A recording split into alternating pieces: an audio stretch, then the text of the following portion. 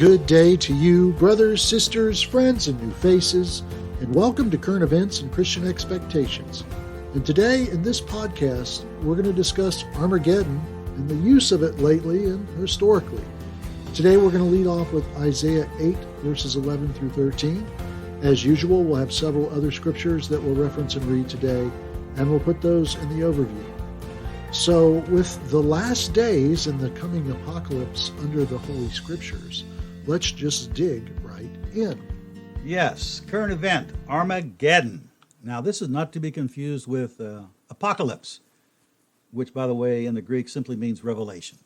As in Revelation 1:1, it says, the revelation of Jesus Christ, which God gave him, which would also could be translated, the apocalypse of Jesus Christ, which God gave him. But it means to be revealed.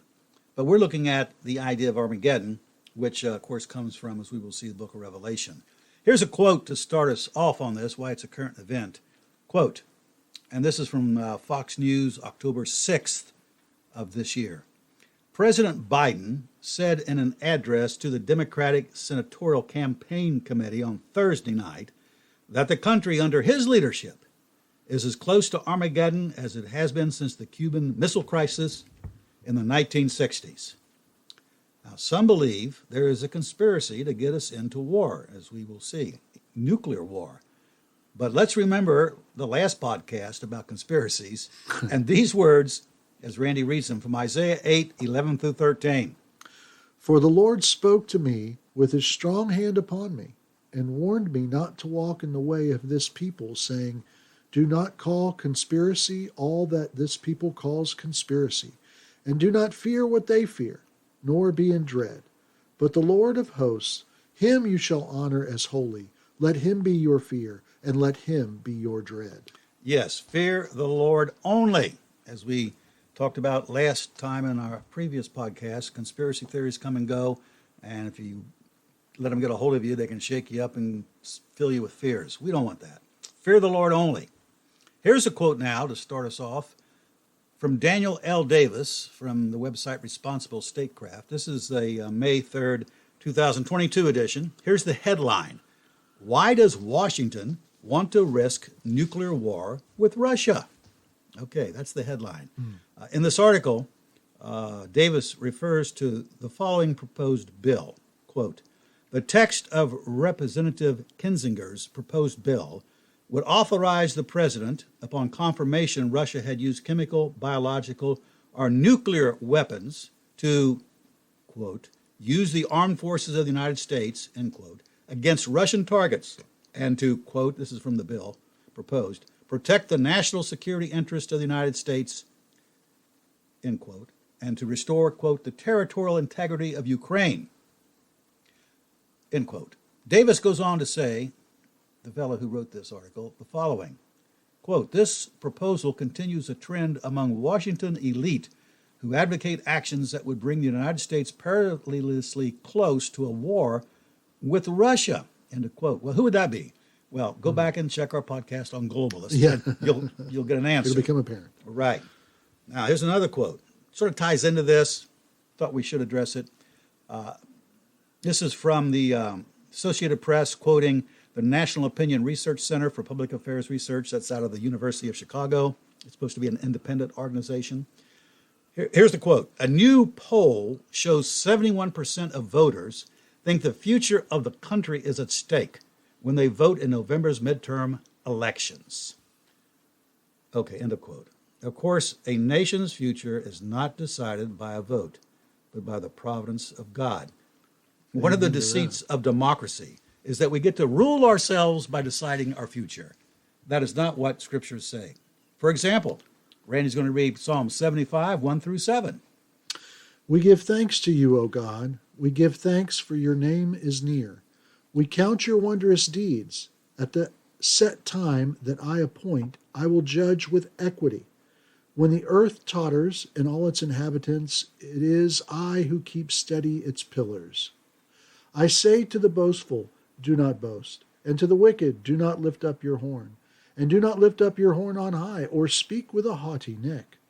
For not from the east or from the west, and not from the wilderness comes lifting up, but it is God who executes judgment, putting down one and lifting up another. Right, that's in the world events. And of course, this classic passage, and there's so many more, but this should nail it. In the mouth of 2 or 3 witnesses, it's established. Jeremiah 18, 5 through 10. This is Jeremiah takes a trip to the potter's house and learns about God's providence. Then the word of the Lord came to me, O house of Israel, can I not do with you as this potter has done, declares the Lord? Behold, like the clay in the potter's hand, so are you in my hand, O house of Israel. If at any time I declare concerning a nation or a kingdom that I will pluck up and break down and destroy it, and if that nation concerning which I have spoken turns from its evil, I will relent of the disaster that I intended to do to it.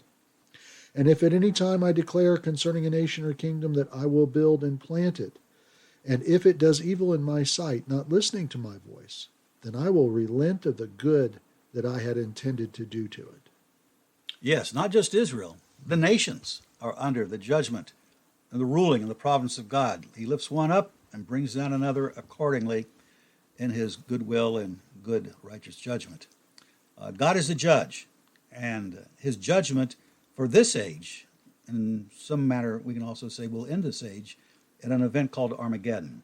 So what is the Christian expectation? Armageddon is an event in Revelation that depicts the final judgment of the fallen spiritual world and their human counterparts that ushers in the second coming of Christ. For example, Revelation 16:16. And they assembled them at the place that in Hebrew is called Armageddon. Right. This is not a nuclear war between nations, but the ending of wars as such. If you recall Isaiah 2, where it says, in the latter days, the Lord's temple will be exalted above the mountains, and the nations will flow into it, and they'll take their weapons of war and beat them into plows and pruning hooks, and nations shall not lift up sword against nation anymore, and neither shall they learn war anymore. So, obviously, this is not happening in this age. This age is the age of wars, and rumors of wars, because that's what Jesus prophesies in Matthew 24. Mm-hmm. But this is Isaiah 2 is about the kingdom to come, the one we're supposed to be praying for, as in, your kingdom come, your will be done on earth, as it is in heaven. So let's do a little bit of background here, just to fill in some places here that'll give us a context. Armageddon, also known as Mount Megiddo, is a plain with a tell. A tell is like a, depending on who you read, a small mountain or a real large hill. Mm. And Wanda and I were in Israel back in the late 90s, and we got to be up on that tell, that high hill, and see this plain, tremendous plain that is Megiddo. For example, yes? But Armageddon is not an asteroid the size of Texas hurtling towards Earth that Bruce Willis has to save us from. That's not different Armageddon. That's a movie Armageddon. Yeah, not found in the Bible. It's not the same one. Not the same one. Not the same one. For example, here's some Old Testament reference to give you some understanding of what we're talking about. Is an actual location in Israel, nation of Israel. 2 Chronicles 35:22. Nevertheless, Josiah did not turn away from him, but disguised himself in order to fight with him. He did not listen to the words of Necho from the mouth of God, but came to fight in the plain of Megiddo. There you go. That's Josiah, one of the last good kings who made an error in judgment there. But they were fighting in the plain of Megiddo. And there were battles in this area, other places in the Bible, such as Barak, fighting against the Canaanites. Here's Judges 5, verse 19. The kings came, they fought, then fought the kings of Canaan at Tanakh. But the waters of Megiddo, they got no spoils of silver. Yeah, waters of Megiddo. So there's some kind of stream flowing through it at that time. And then this one from 2 Kings 23, verses 28 to the first part of verse 30. Now the rest of the acts of Josiah and all that he did, are they not written in the book of the Chronicles of the kings of Judah? In his days, Pharaoh Necho, king of Egypt, went up to the king of Assyria to the river Euphrates. King Josiah went to meet him, and Pharaoh Necho killed him at Megiddo as soon as he saw him. And his servants carried him dead in a chariot from Megiddo and brought him to Jerusalem and buried him in his own tomb. And the people of the land took Jehoahaz, the son of Josiah, and appointed him, and made him king in his father's place. So, some important battles there in the Old Testament, in Megiddo. And some scholars will say when the Bible mentions Jezreel Valley, it's referring to the same place. Though this is an historical location, past and present, the Valley of Megiddo, and it's a real event, Book of Revelation, its use in Revelation symbolizes the defeat of all evil on earth when Jesus returns. It's given to us symbolically. For example, years ago, in fact, back in the 1970s, we were teaching something on prophecy and had a fellow in the class, let's call him Bruce, and he says, the Battle of Armageddon, and we've been talking about that. He says, my desire is to drive a tank in the Battle of Armageddon. And I tried to tell him, I said, tanks are not going to be really involved. It's not that kind of a battle that's being talked about. And we'll see more about that in a non-symbolic text from 2 Thessalonians 2 in just a little bit. Right now, let's look at the pertinent passages from Revelation. First of all, Revelation 15:1. Then I saw another sign in heaven, great and amazing, 7 angels with 7 plagues, which are the last. For with them the wrath of God is finished. Yes, for this age, the wrath of God is finished. It's a pouring out of the bowls and ushers in chapter 19, visibly so, the return of Jesus. Now, next chapter, chapter 16, verse 1. Then I heard a loud voice from the temple telling the 7 angels, Go and pour out on the earth the 7 bowls of the wrath of God. There you go. Now, a little further down, verses 12 through 16. The 6th angel poured out his bowl on the great river Euphrates, and its water was dried up, to prepare the way for the kings from the east. And I saw, coming out of the mouth of the dragon, and out of the mouth of the beast, and out of the mouth of the false prophets, 3 unclean spirits like frogs. For they are demonic spirits, performing signs, who go abroad to the kings of the whole world, to assemble them for battle on the great day of God the Almighty.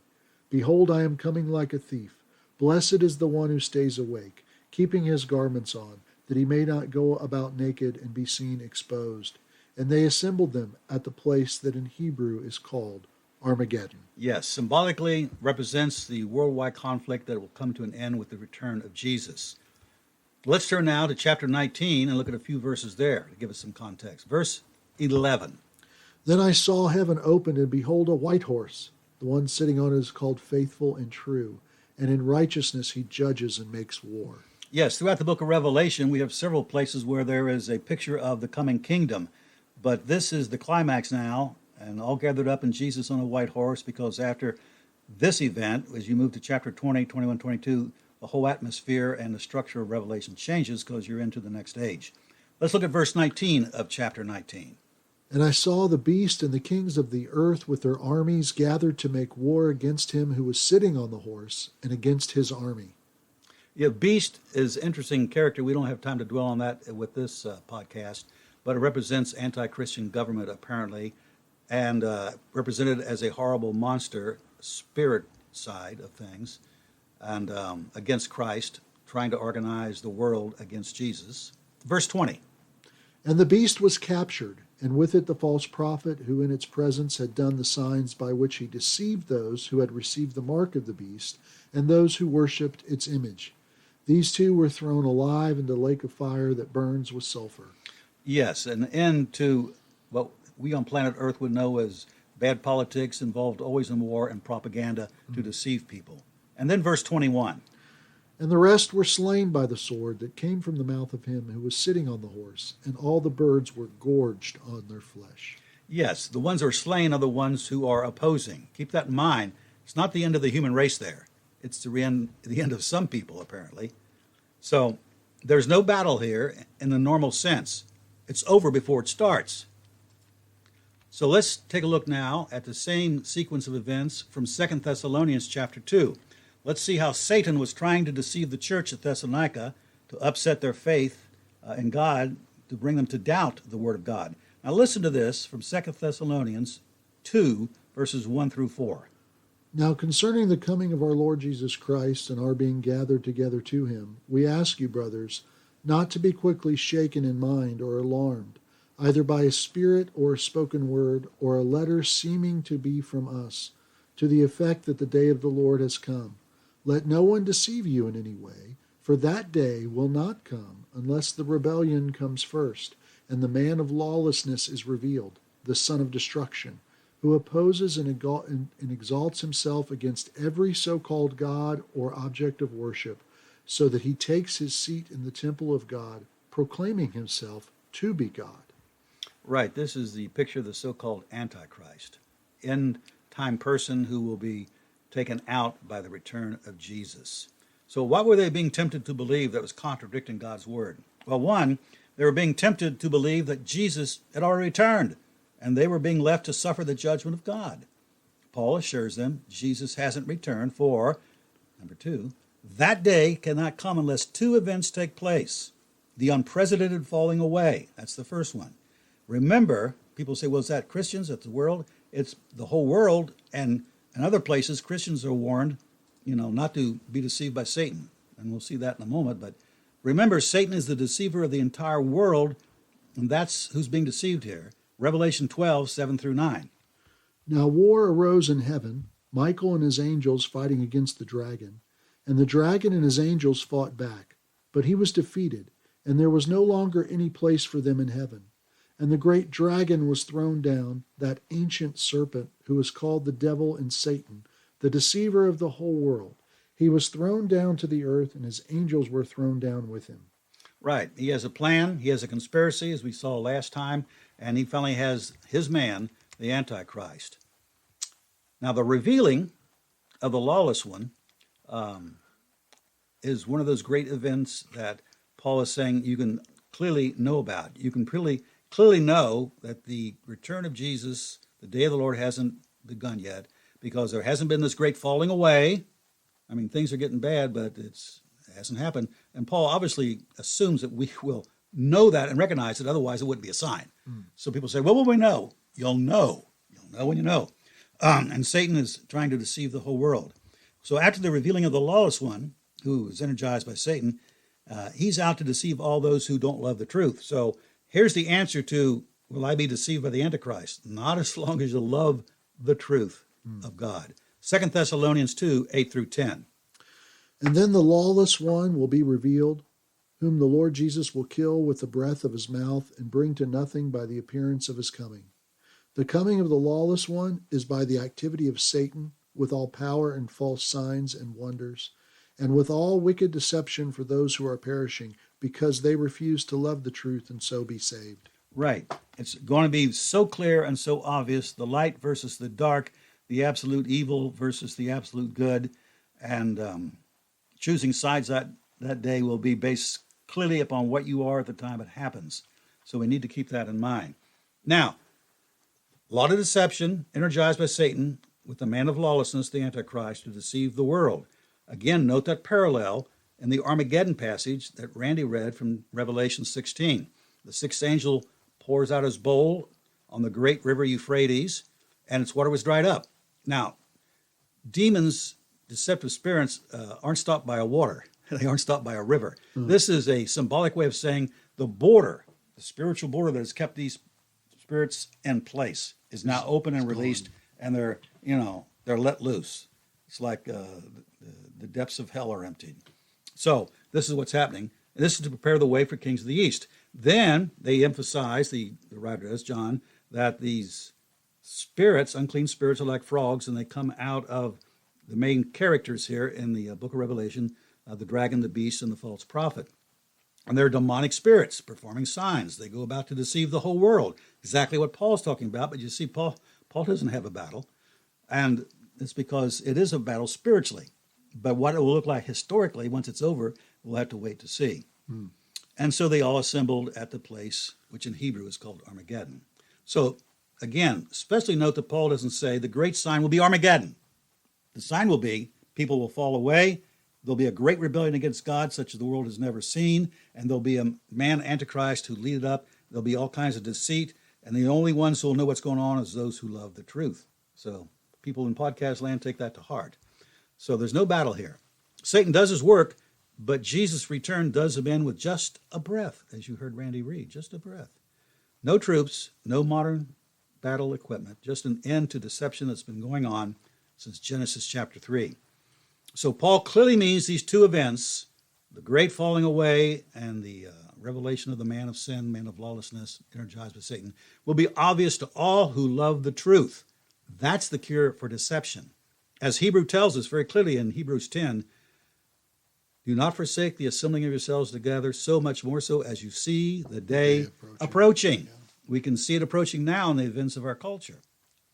Otherwise, if we don't do that, we'll fall prey to the satanic spirits by some spoken word, the latest conspiracy, as Paul talks to the church at Thessalonica in those opening verses of 2 Thessalonians 2, or a word that goes beyond the apostolic word. As Paul says, apparently you got a letter from me, it says, blah, blah, blah, blah. That wasn't for me, somebody else. So Paul reminds them, keep this in mind, forcefully, and so this is important, that he had already told them these things time and again. Listen to Randy again, read 2 Thessalonians 2:5.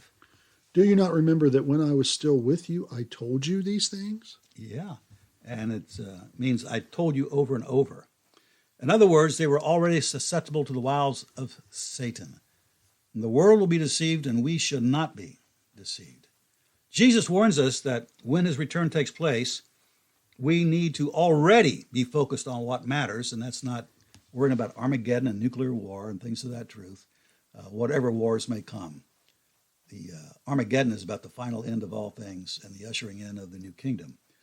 So let's look at Luke 21, verses 25 through 28, where Jesus describes what that will be like in those days as his return is right on the verge of happening. And there will be signs in sun and moon and stars, and on the earth distress of nations and perplexity because of the roaring of the seas and the waves, people fainting with fear and with foreboding of what is coming on the world. For the powers of heaven will be shaken, and then they will see the Son of Man coming in a cloud with power and great glory. Now when these things begin to take place, straighten up and raise your heads, because your redemption is drawing near. Right. Truly great events are coming, and we need to be ready for these, not sidetracked by conspiracy theories and falling prey to the occult or deceiving spirits. Here's a bracing passage from 1 Timothy 4, verse 1 and 2, just about this subject. Now the Spirit expressly says that in latter times some will depart from the faith by devoting themselves to deceitful spirits and teachings of demons, through the insincerity of liars whose consciences are seared. Right. That's been going on since the time of Jesus. It will, of course, come to a grand climax, obviously worldwide, when the times are ready for that in God's providence. So this is exactly what Jesus warns us about in the following verses of Luke 21, 34 through 36. But watch yourselves, lest your hearts be weighed down with dissipation and drunkenness and cares of this life, and that day come upon you suddenly like a trap. For it will come upon all who dwell on the face of the whole earth. But stay awake at all times, praying that you may have strength to escape all these things that are going to take place, and to stand before the Son of Man. Sober warning from Jesus. Don't be distracted, cast down, filled with anxiety so you lose control of your senses. These events are coming on the whole earth, not just a plain in Israel. The judgment to come involves the whole world. Revelation 16:16, passage where Armageddon is mentioned, views the whole world symbolically as a great plain for this event, the image of a darkened world opposing the Lord and not even getting off one shot. So there's no Armageddon as the world understands it to come. Only the final glorious and righteous judgment of the world. In fact, scriptures show that there will be those left besides Christians to enter the kingdom to come. And this is important because our world is filled with movies and books about the great Armageddon coming and nobody's left and the earth is a crisp and etc. We need to understand a little more about what's going to happen. The apes take over. Yeah. Charlton Heston is on Charlton it. Heston cries at the Statue of Liberty. So Scripture show there will be those left besides Christians to enter the kingdom to come. You say, really? Yes. Let's review first from Revelation itself. Listen to Revelation 15, the first 4 verses. Then I saw another sign in heaven, great and amazing, 7 angels with 7 plagues, which are the last, for with them the wrath of God is finished. And I saw what appeared to be a sea of glass mingled with fire, And also those who had conquered the beast and its image and the number of its name, standing beside the sea of glass with harps of God in their hands. And they sing the song of Moses, the servant of God, and the song of the Lamb, saying, Great and amazing are your deeds, O Lord God, the Almighty. Just and true are your ways, O King of the nations. Who will not fear, O Lord, and glorify your name? For you alone are holy. All nations will come and worship you, for your righteous acts have been revealed. Yes, right before the great wrath of God falls, there is a reminder. All nations are going to come after this is all over and worship God. This is a quote from Psalm 86, and if one reads the Psalms carefully, you'll find this scattered throughout the book of Psalms. The coming time of the nations, they're being judged in equity, a time of rejoicing, and good times. So let's look at that. Most people think of Armageddon, judgment, not a time for rejoicing. Let's listen to Psalm 96, verse 1 through 3. O sing to the Lord a new song. Sing to the Lord all the earth. Sing to the Lord, bless his name. Tell of his salvation from day to day. Declare his glory among the nations, his marvelous works among all the peoples. Yes, because why? Because verses 10 through 13. Say among the nations, the Lord reigns. Yes, the world is established. It shall never be moved. He will judge the peoples with equity. Let the heavens be glad and let the earth rejoice. Let the sea roar and all that fills it. Let the field exult and everything in it. Then shall all the trees of the forest sing for joy before the Lord, for he comes to judge the earth. He will judge the world in righteousness and the peoples in his faithfulness. And the peoples in his faithfulness. It's a judgment, which doesn't mean necessarily everybody dies. It means it's a judgment, a separation. Psalm 98, the entirety of that psalm repeats again what we've already heard from Psalm 96. And I would remind everybody that if you go to Romans 8, verse 18, and read the rest of that chapter, Paul talks about, and again, the background for this is these psalms we just read and some others, as well as some prophetic passages from the Old Testament, where Paul says, the time for suffering will come to an end. The earth is groaning under its corruption, and God subjected it to corruption because of the original sin, back in Genesis. But it's going to be released from its corruption, the whole earth, and into the freedom of the sons of God. That is our hope. And so creation being released into freedom, what would it be like? It would be like the seas clapping their hands. It would be like the trees jumping up and down. I mean, metaphorically speaking, it would be like creation is released from this grand curse finally. That's what you see in Psalm 96 and 98. It's a beautiful time of jubilation because that old age and earth is being restored back to what it should have been without sin. This is a result, by the way, also of another psalm, going back to Psalm 2, which is one of the lead-in psalms to the book of Psalms that we need to understand, about how God will rule the nations through his anointed one, eventually Jesus. It's a Psalm of David, but its fulfillment as we go through the New Testament is found in Jesus. Listen to Psalm 2, 1 through 3. Why do the nations rage and the peoples plot in vain? The kings of the earth set themselves, and the rulers take counsel together against the Lord and against his anointed, saying, Let us burst their bonds apart and cast away their cords from us. Right. And this psalm is quoted again in the book of Acts, chapter 4, concerning the crucifixion of Jesus. But let's drop down to Psalm 2, verses 7 through 9. I will tell of the decree the Lord said to me, You are my son, today I have begotten you. Ask of me, and I will make the nations your heritage, and the ends of the earth your possession.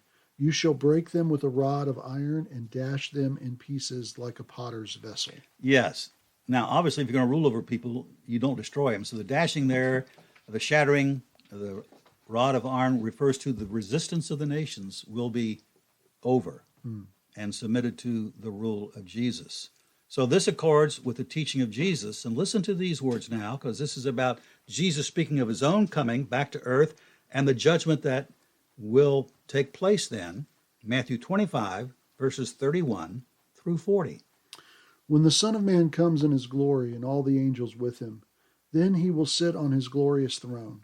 Before him will be gathered all the nations, and he will separate people one from another as a shepherd separates the sheep from the goats. And he will place the sheep on his right, but the goats on his left. Then the king will say to those on his right, Come, you who are blessed by my Father, Inherit the kingdom prepared for you from the foundation of the world. For I was hungry, and you gave me food. I was thirsty, and you gave me drink. I was a stranger, and you welcomed me. I was naked, and you clothed me. I was sick, and you visited me. I was in prison, and you came to me. Then the righteous will answer him, saying, Lord, when did we see you hungry and feed you, or thirsty and give you drink? And when did we see you a stranger and welcome you, or naked and clothe you? And when did we see you sick or in prison and visit you? And the king will answer them, Truly I say to you, as you did it to one of the least of these my brothers, you did it to me. There you go. So there are three groups here. The sheep who go in, the goats who don't go into the kingdom, and it's all based on how they treated the brothers of Jesus, right? Isn't that what he says? Mm-hmm. You've done it to the least of these, my brethren, you've done it unto me.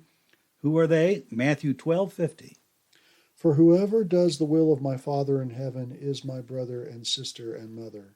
So we have the followers of Jesus in this scenario, kind of a parable, and there we have the judgment of the nations based on how Jesus' people were treated. And so the sheep go in, the ones who have been taking care of those in the jails when they were sick, when they needed food, the brothers of Jesus, what we would call Christians, they go in, and the goats who didn't do that don't go in. Now, is this salvation by works? No. It is God showing mercy to those who showed mercy. As James pointed out, one of my favorite verses from James 2, 12 through 13, he says, So speak and so act as those who will be judged by the law of liberty, because judgment without mercy will be given to anyone who has not been merciful. Mercy triumphs over judgment. For example, the roots of this, think of the sojourners in Israel. These people who clearly wanted to be with God's people. They weren't Israelites. They hadn't converted, but they wanted to march out with them from Egypt. They became the sojourners. Listen to this from Deuteronomy chapter 10, verse 19. Love the sojourner, therefore, for you were sojourners in the land of Egypt. Yes. Right. Then chapter 26, verse 11 from Deuteronomy.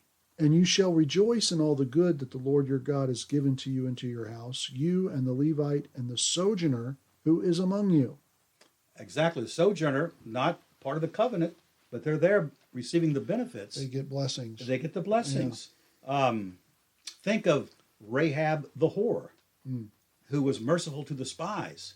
And then she and her family got in. Mm-hmm. And wow, the rest of Jericho went under. My favorite, Ruth the Moabitess. Because Deuteronomy 23:3 says, You shall allow no Moabite come into your congregation, even unto the 10th generation. And then later on, much later, Nehemiah chapter 13, the people are reading the law of Moses, says the book of Nehemiah in that passage, and they found the place where it says, You shall never let a Moabite ever come into your congregation. And yet here is Ruth. And I love the book of Ruth because every chapter, 2 or 3 times, it's Ruth the Moabitess. It's like, say, why is she here? Why didn't somebody kick her out? Again, because she had mercy on her mother-in-law. Mm-hmm. Right. So the point is, no Armageddon ending the human race. Nations will be here when the so-called smoke clears. This also conforms to the letters Jesus dictates for the 7 churches in Asia in that book of Revelation, that God's people are to reign and rule with him over the nations. And this is after he returns, obviously. Revelation 2, verses 25 through 29. Only hold fast what you have until I come. The one who conquers and who keeps my works until the end, to him I will give authority over the nations, and he will rule them with a rod of iron, as when earthen pots are broken in pieces, even as I myself have received authority from my Father. And I will give him the morning star. He who has an ear, let him hear what the Spirit says to the churches. But now let us be clear, those two, the ones who are ruled over the nations, will face a test of loyalty at the end of this kingdom to come, what the Revelation calls 1,000 years, sometimes referred to as the millennial kingdom, the kingdom reign of 1,000 years. Let's just briefly look at a couple passages. Revelation 20, the first 3 verses. Then I saw an angel coming down from heaven, holding in his hand the key to the bottomless pit and a great chain. And he seized the dragon, that ancient serpent, who is the devil and Satan, and bound him for 1,000 years, and threw him into the pit, and shut it, and sealed it over him, so that he might not deceive the nations any longer, until the 1,000 years were ended. After that he must be released for a little while. Yes, isn't it amazing? 1,000 years, he's put away. He's no longer on planet Earth, as Peter says, going about seeking whom he may devour. And the nations are not being deceived. So the rule there is minus Satan, which means so much. And then, of course, he's going to be released for a little while. Why is that? Well, let me preface it before Randy reads the next verses. And every time in the Bible, in the age, in history past, it's ended in disaster. There was paradise, Adam and Eve, ended in disaster. Yep. And then there was the people of Noah's day, ended in disaster. And then there were the patriarchs who had their descendants finally end up in Egypt for 400 plus years. And how was that when they came out? That generation didn't make it in, right? No, yeah. But others did. And then, of course, you have eventually the northern kingdom. They fall away in judgment. Then you have the southern kingdom. And all these were tests of God, long periods to test their loyalty to him. And then Jesus comes, and what happens? Here again, there's a judgment. Some are loyal, even though they don't understand everything. Mm-hmm. Others get judged because they are just perverse in their heart. So listen to verses 7 through 10 of Revelation 20. And when the 1,000 years are ended, Satan will be released from his prison, and will come out to deceive the nations that are at the four corners of the earth, Gog and Magog, to gather them for battle. Their number is like the sand of the sea. And they marched up over the broad plain of the earth and surrounded the camp of the saints and the beloved city. But fire came down from heaven and consumed them. And the devil who had deceived them was thrown into the lake of fire and sulfur, where the beast and false prophet were, and they will be tormented day and night forever and ever. So, 1,000 years have passed, the beast and the false prophet, symbolizing the evil spirits and all of that, and those perhaps humans who have been connected with it. It's hard to tell because it is symbolic. But the point is that now Satan joins them. So you've had this gap, this long period of 1,000 years. It does say there that the numbers of these people are like the sand of the sea. And that's a phrase from the Old Testament, which means a whole lot, surprisingly so. Doesn't mean even that was necessarily a majority. It means a whole lot. Judges 7:12, we're told that the Midianites they were fighting, they had camels that were like the sand of the sea. Couldn't count them, but I guarantee you could probably count them, and it was just a whole lot of camels that they'd never seen before. Yeah. And in Jeremiah 15:8, God says, judging Israel, I've made the widows like the sand of the sea. And again, it's a whole lot of widows, but it doesn't mean an infinite amount, obviously. They marched over the broad plain of the earth. So this takes place on planet Earth, the earth we're on now, which has been renovated and restored in that age. Yet when the new heaven and earth are brought to pass, lo and behold, Revelation 22, the first 5 verses, there are the nations. Where did they come from? Good question. We don't have time for that. But my point is, they came out of the millennium time. There are plenty of nations who are worshiping God and being ruled by the servants of God, Christians who have God's name in their forehead.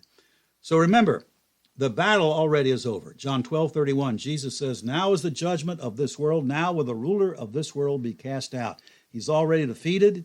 Colossians 2nd chapter, verse 15 says he triumphed over the principalities and powers, all those spirits, evil things of the dark side in the cross. And again, that passage that Randy read, Revelation 12, where Satan, when Jesus is enthroned, is thrown out of heaven and down to earth, and his time is short. So, Armageddon, let's rejoice that when he comes to judge, per Psalm 95, Psalm 98, and Randy read another passage said he judges, I believe it's Psalm 75, with equity. It'll be a fair judgment. Judgment without mercy to those who haven't shown mercy, mercy to those who've shown mercy, and the saints of God ready to rule. That's the Christian expectation. Well, thanks, Jim. It's a lot to think about. I'm sure there might be questions or comments about it. We'd love to hear your questions or comments, so please send those to eventsandexpectations@gmail.com. And we will use your question or comment on air where possible, and we will always get back to you and answer you. This has been Current Events and Christian Expectations. Until next time, keep looking up.